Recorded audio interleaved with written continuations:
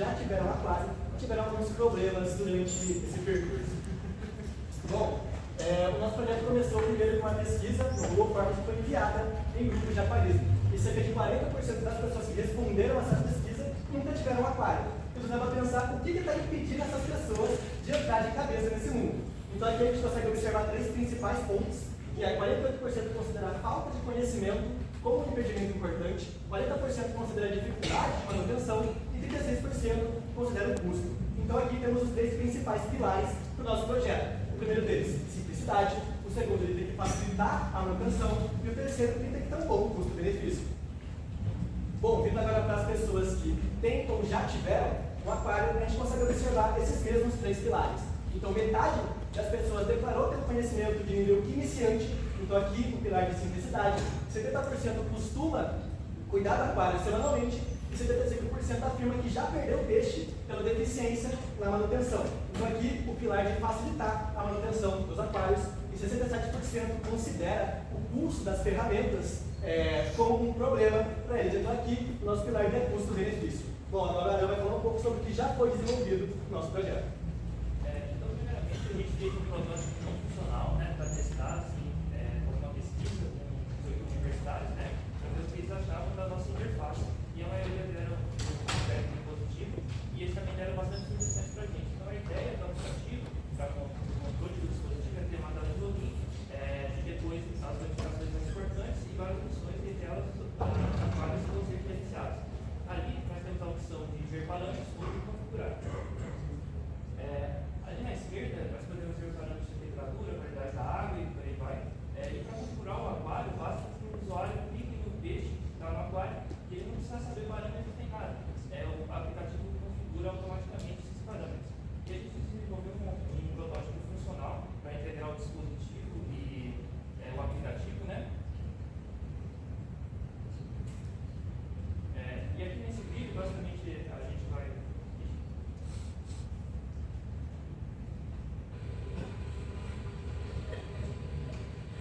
Ele já abriu ali o dispositivo, né? Ele está atualizando os parâmetros. Está em alerta porque o filtro não está ligado, né? Então a gente vai configurar para ligar o filtro, então a gente vai mudar o parâmetro aí de qualidade da água para ótimo, né? E também vai ativar a iluminação no aplicativo. Mas na prática que na versão final do dispositivo isso seja feito automaticamente, conectando ali selecionando as espécies no aquário. Bom, agora eu vou abordar sobre como que a gente fez a validação do nosso produto.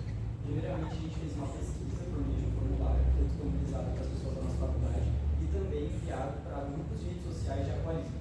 E analisando as respostas que a gente teve, a gente percebeu que cerca de 60% das pessoas que responderam a pergunta teriam interesse em adquirir o nosso produto se ele fosse comercializado até R$600 e cerca de 85% das pessoas teriam interesse em adquirir a assinatura premium do aplicativo se ela fosse comercializada por até R$20. Então, tendo esses dados em mente, a gente fez uma projeção de uma comercialização real do nosso produto aquarismo.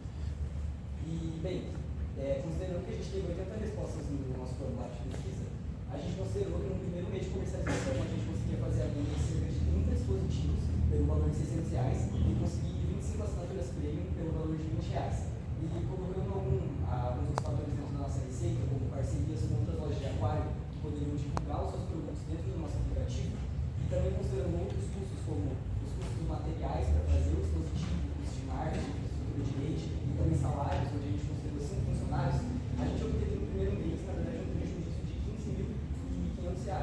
Isso significa que a nossa empresa, para ela dar início ao seu funcionamento, ela necessitaria de um investimento inicial. Contudo, a partir do quarto mês, a gente já conseguiria abater isso e apresentar lucros de cerca de R$6.000.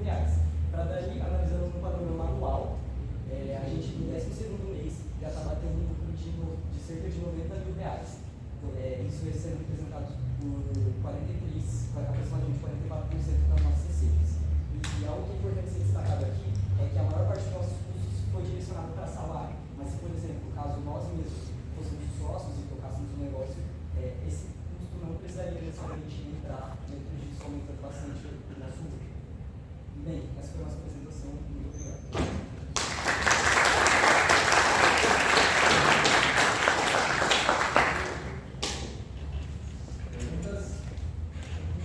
Conheço esse mercado.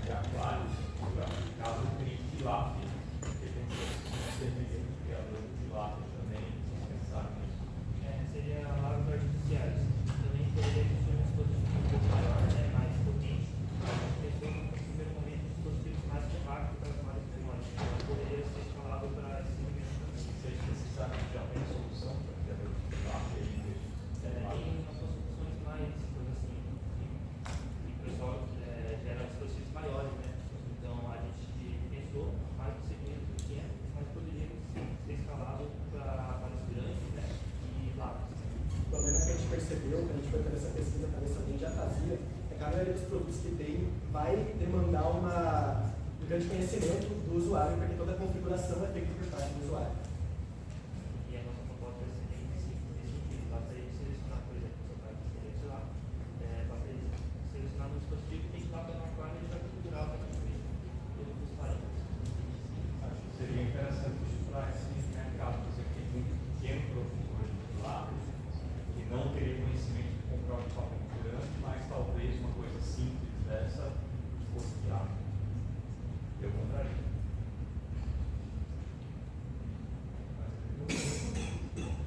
Vou fazer mais uma observação, tá? Eu entendo luvas desse negócio de aquário, peixe, eu realmente não entendo, mas eu queria pegar um pouco a tua observação, desculpa, não sei o teu nome, apresentar a parte financeira. Um dos grandes erros que a gente ouve são os fundadores dizerem: a gente não vai ser remunerado. E com isso a gente vai fazer a empresa crescer porque a gente vai trabalhar de graça. Já está provado e, assim, várias e várias vezes que esse é um dos principais erros que fundadores e empreendedores cometem. Porque, assim, se você está se dedicando, um grupo está se dedicando, esse grupo tem que ser remunerado para fazer isso. Então, levem em consideração as projeções que vocês podem fazer, a remuneração do trabalho e do tempo que vocês estão investindo nesse projeto. Mais perguntas?